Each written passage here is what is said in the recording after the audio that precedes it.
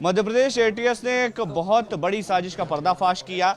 HUT के संदिग्ध आतंकियों को गिरफ्तार किया है। बहुत सारे खुलासे हुए हैं। धर्म परिवर्तन करा के लोगों के ब्रेन वॉश कराए जा रहे थे। हमारे साथ बातचीत करने के लिए मध्य प्रदेश के गृह मंत्री डॉक्टर नरोत्तम मिश्रा हैं।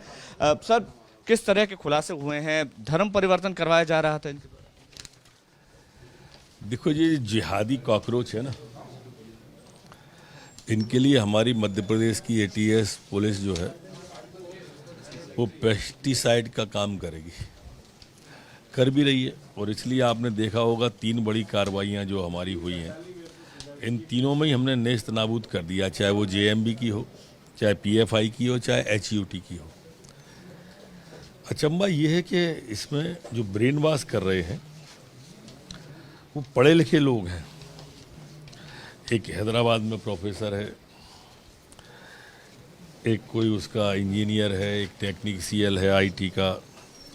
ये सारे के सारे लोग जो है ना, इस तरह का काम कर रहे हैं जो काफ़ी निंदनीय है। हम उनके बारे में भी कहना चाहते हैं एक बार को, जिन लोगों ने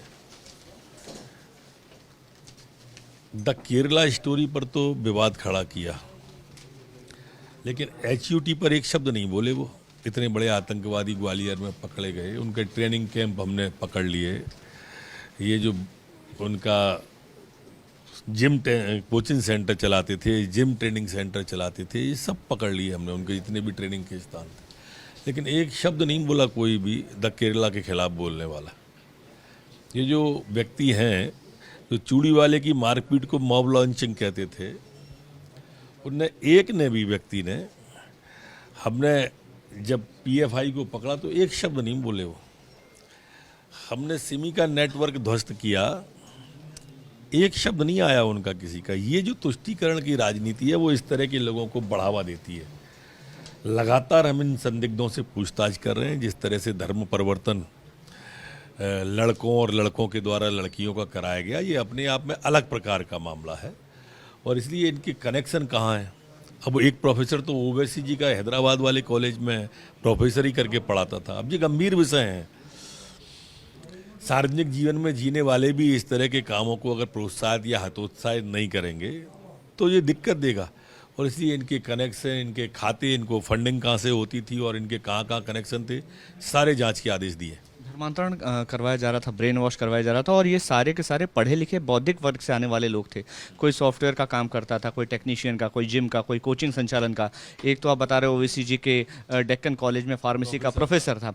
तो किस तरह का जिहाद है ये? अनूठा है, लफ्ज़ जिहाद से भी ऊपर जा रहा है ये मामला और इसलिए इतने कड़े जांच के आदेश दिए।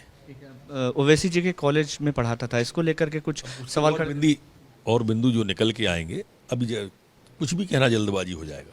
बहुत शुक्रिया बात करने के लिए। तो जो एटीएस ने बस्ट किया है, इस पूरे ऑर्गेनाइजेशन का खुलासा किया है, ये अपने आप में आई ओपनर है और गृह मंत्री डॉक्टर नरोत्तम मिश्रा का कहना है कि इस पूरे मामले में एटीएस अब बारीकी से जांच कर रही है।